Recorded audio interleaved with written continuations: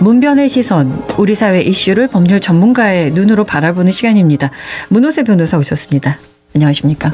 안녕하십니까? 예, 많이 깜짝 놀랐을 것 같아요. 1월 19일에 그때 서울 서부지방법원 윤석열 대통령에 대한 구속영장 발부 후에 정말 혼란스럽다고 해도, 아무리 혼란스럽다 그래도 법원을 어떻게 그렇게 폭동을 일으켜서 또 판사의 방문 앞에 할 수 있는지, 이게 얼마만큼의 큰 일인지 오늘 좀 짚어주시죠.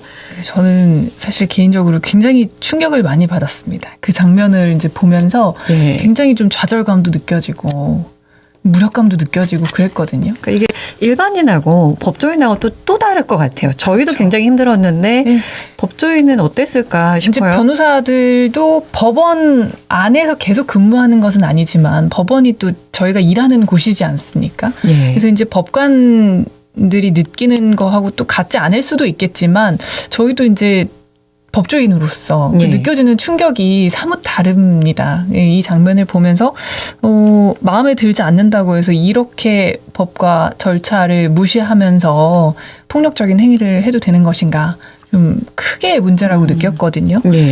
이번에 보면은 15일에 대통령 체포되지 않았습니까? 16일에 서울중앙지방법원에 체포 적부심 청구했는데 기각이 됐습니다. 그래서 이 적부심 기각 이후에는 이제 구속영장이 청구될 것이 이제 순서상 명확하기 때문에 이 지지자들이 서부지법 앞에 모이기 시작했습니다. 그때부터 이미. 근데 이제 17일에 구속영장이 청구되고 19일 새벽에 영장 발부 결정이 됐는데 이때까지 경찰 추산으로 최대 4만 4천 명 정도가 응집을 했다고 합니다. 사실 발부 결정이 이루어지기 전에도 일부 시위대가 법원 담을 넘는 그 월담을 해서 한 40여 명 정도가 체포가 됐었거든요. 그런데 3시경에 영장 발부 사실이 알려지자마자 이 지지자들이 법원으로 이제 진입한 거죠. 이후 상황은 사실 여러분들도 다 보셨기 때문에 자세하게 설명해 드릴 필요는 없을 것 같습니다. 또 새로 이제 오늘 오후에 이제 나온 기사로요. 일부 시위대가 인화성 물질을 붓고 거기다 불을 붙이는 모습이 오늘 공개가 됐거든요. 그날 그랬다는 말씀이시죠? 네, 그날 그 새벽에 이제 뭐 기름 같은 액체를 붓고 불을 붙인 종이를 그 위로 이제 떨어뜨리려고 하는 모습이 찍힌 영상이 또 오늘 공개가 된 걸로 제가 알고 있는데 이건 굉장히 심각한 거거든요. 근데 여기가 정말 순수 또 지지자인지 아닌지도 파악을 해야 된다고 하더라고요. 아무튼 일단은 이제 이때 폭력 시위가 있었었던 거고, 인명피해나 물적피해는 어느 정도입니까? 네, 인명피해도 상당하고 물적피해도 굉장히 많은 액수로 발생을 했습니다. 경찰관이나 공수처 수사관, 법원의 청원경찰, 그리고 뭐 취재 기자들도 피해를 입었고요. 그리고 아무런 관련이 없는 무고한 시민들까지도 폭행의 대상이 되기도 했습니다. 일단 부상자는 80명이 넘고요. 경찰은 51명이 부상을 입었고 그중에 뭐 골절이나 인대 파열 같은 중상을 입은 사람도 7명이 넘습니다. 그리고 법원 직원들은 정신적 트라우마 호소하고 있고요. 그리고 이 진입 과정에서 법원 외벽 타일을 다 깨버리고 뭐 서버를 물을 붓는다거나 선을 끊는 식으로 훼손하고 또 유리창 다 깨는 거 보셨지 않습니까? 이런 식으로 했기 때문에 이 복구 비용이 한 7억 원 정도 소요가 될 거라고 예상이 됩니다. 그러니까 처음 있는 일이에요. 그렇습니다. 아무리 마음에 안 들어도 우리 드라마에서도 뭐 그 판결을 뭐라고 그러죠? 존중한다? 그렇죠. 보통 이렇게 하는데 법원 습격이라 법 쪽의 반응 어떻습니까? 제가 이제 서두에 말씀드린 것처럼 굉장히 충격 속에 있습니다. 그리고 법원이 사실은 어떤 사회적인 상황에 대해서 입장을 밝히는 것에 굉장히 좀 보수적이거든요. 그런데도 불구하고 이번에는 대법관 전원회의도 소집하고 법원 행정처장이 직접 그 현장에서 이제 기자회견까지는 아니죠. 인터뷰를 하면서 이 법치주의에 대한 중대한 도전이다. 피해액에 대해서 끝까지 책임을 물을 것이다. 라고 적극적인 입장을 보였습니다. 그리고 검찰과 경찰은 시위대 전원을 구속해서 수사하는 것을 원칙으로 해서 엄정하게 대응하겠다고 밝혔고, 배후에 대해서도 적극적으로 수사하겠다는 의지를 표명하고 있습니다. 법원에 진입하는 모습이 생중계되지 않았습니까? 그러니까 어렵지 않게 근데 판사실을 진입하는 걸로 봐서 미리 알고 있었나? 근데 법원 직원들도 판사실을 잘 모른다면서요. 사실 판사실은요, 네. 일반적인 사람들은 출입할 수가 없거든요. 그러니까 법원에 가시면 쉽게 접근하실 수 있는 곳은 이제 민원실이고요. 우리가 서류를 뭐 접수하고 하는 곳이고, 그리고 이제 재판을 받으시는 분들은 법정을 가실 수가 있습니다. 네. 그리고 일반인의 출입이 제한된 곳이 판사실인데, 이 판사실은 출입 카드 등록된 것으로만 출입을 할 수가 있어서 뭐 변호사들도 당연히 갈 수가 없고요. 그리고 몇 층에 누구의 판사실이 있는지도 외부인들은 사실 알 수가 없는 거죠. 예. 그런데 이번에 유튜브로 생중계된 내용 보시면 진입한 다음에 계단 타고 쭉 올라가지 않습니까? 그리고 네. 특히 7층이 영장 전담 판사의 그 집무실이라고 하는데 그 부분을 콕 집어서 찾아가는 모습을 확인할 수 있거든요. 그래서 좀 합리적인 의혹으로 내부의 구조를 알고 있는 사람이 도와준 것이 아니냐, 알려준 것 아니냐, 이런 의혹 제기되고 있습니다. 영장 전담 판사실을 노렸다고 봐야 되는 겁니까, 그러면? 네, 이번에 법원 행정처장이 이제 현장에서 인터뷰한 걸 들어보면 7층에 있는 판사실 중에서 유독 그 집무실만 많이 파손이 되어 있는데 그 방이 바로 영장 전담 판사의 집무실이라고 하거든요. 그래서 이거는 알고 간 거라고 사실은 봐야 되는 거죠. 예. 그 방이 영장 전담 판사의 방이고 영장 전담 판사에 대해서 어떤 위해를 가하기 위해서 찾아간 것이다 라고 그 의도를 우리가 조금 짐작해 볼 수 있는 거죠. 예. 그 영장 전담 판사 그리고 영장 당직 판사 어떻게 차이가 답니까? 사실 이번에 대통령에 대해서 구속영장을 발부한 판사는 영장 당직 판사였습니다. 예. 말이 다르죠. 영장 전담과 영장 당직인데 그 용어를 들어보시면 추측하실 수가 있을 거예요. 영장 전담 판사는 그 본래의 업무로 영장의 발부에 관련된 심리만을 하는 판사를 예. 말하고요. 영장 당직 판사는 전담 판사도 사실 24시간, 일주일에 7일을 모두 그 근무를 할 수가 없지 않습니까? 그래서 근무 시간이 끝난 이후에 어떤 심리를 해야 하거나 공휴일에 심리를 해야 되는 경우, 그래서 원래 전담 판사가 근무하지 않는 날에 청구가 된 그 영장에 대해서는 이 당직 판사가 심리를 하는 겁니다. 예, 그렇군요. 그때가 토요일이었죠. 그러니까 토요일이었습니다. 예, 그래서 이 실질 심사일이 토요일이었기 때문에 전담 판사는 근무하지 않는 날이거든요. 그래서 당직 판사가 심사를 하게 된 겁니다. 예, 이제 법원에 난입하고 그 주변에 있었던 폭력 시위대 어떤 혐의로 수사를 받게 되는 겁니까? 예, 말씀드렸다시피 구속영장 청구에서 구속 상태에서 수사하는 걸 원칙으로 삼겠다라고 예. 이제 수사기관에서 밝혔었죠. 예. 그래서 이번에 폭력 시위대 58명에 대해서 구속영장 청구를 했고요. 그중에서 2명을 제외한 56명에 대해서 실제로 영장 발부가 됐습니다. 그중에 가장 많은 숫자는 공동주거 침입죄로 영장이 발부가 됐고요. 공무집행방해, 특수공무집행방해, 공용물건 손상, 공용물건 손상 미수, 특수폭행, 건조물 침입 이런 죄명들로 영장이 발부가 됐습니다. 예. 구속영장을 발부받을 때 적은 죄명으로만 수사하고 기소하는 건가요? 지금 제가 말씀드린 죄명들이 쭉 있잖아요. 네. 그래서 앞으로도 이제 뭐 수사하거나 재판 받을 때도 이 죄로만 그러면 처벌하겠다는 건가 생각하실 수도 있지만 그건 아니고요.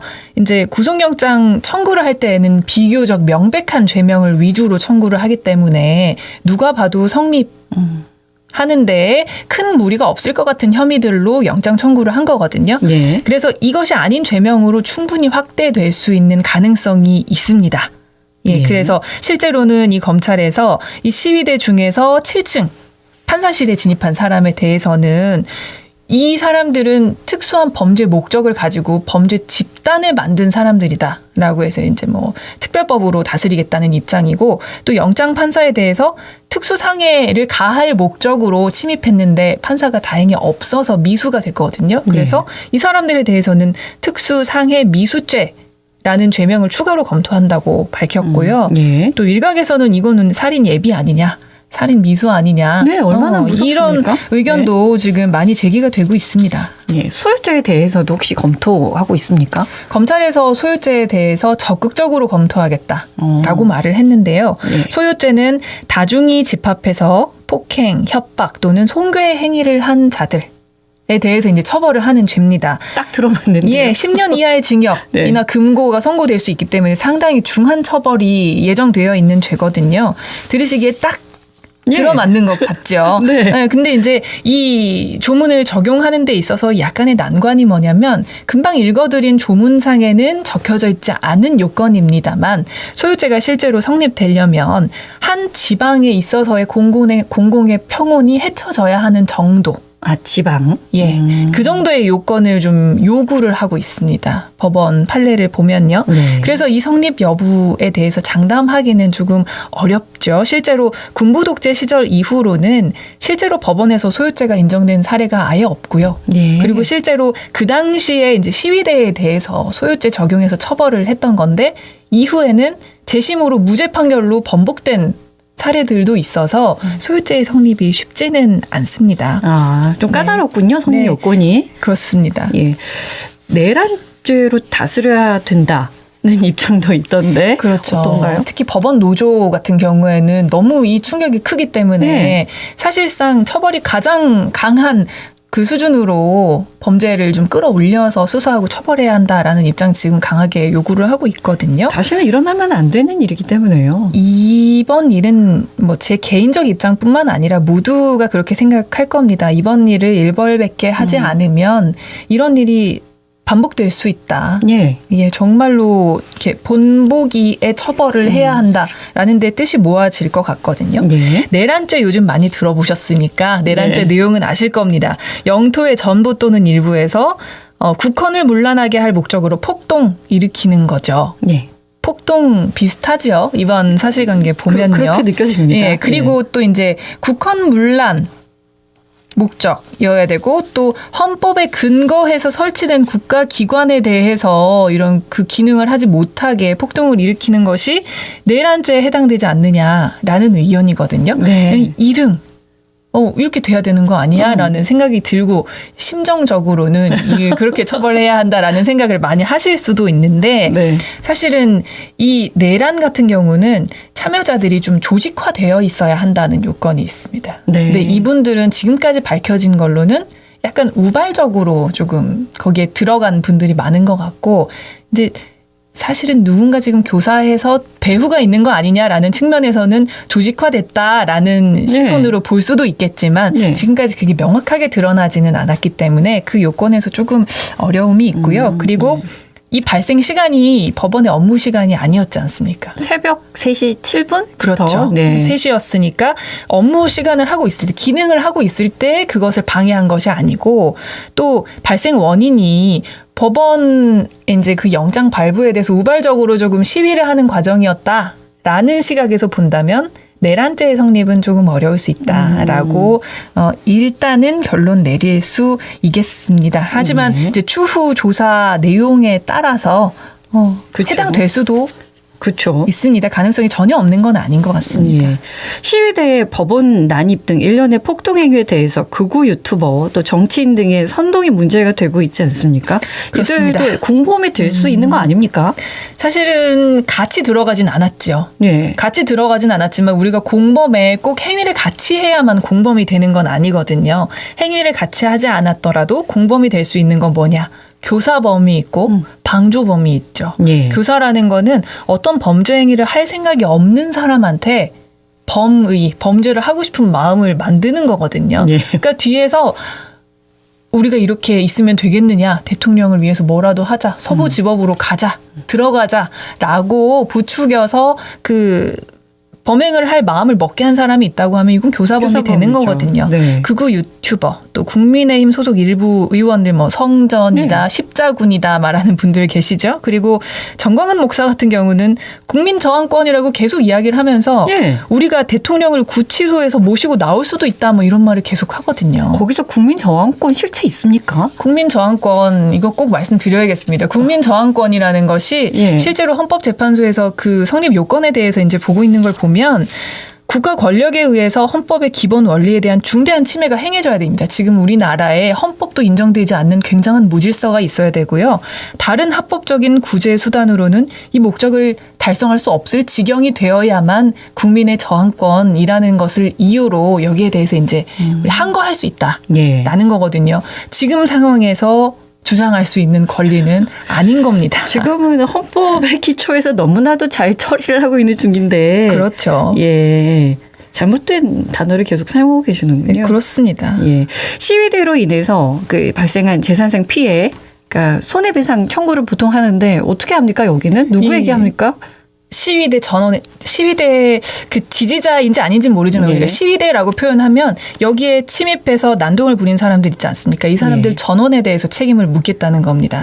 아까 말씀드린 것처럼 손해는 7억 원 정도 된다고 했는데 이 사람들은 이제 부진정 연대 책임이라는 형태로 책임을 지게 되거든요.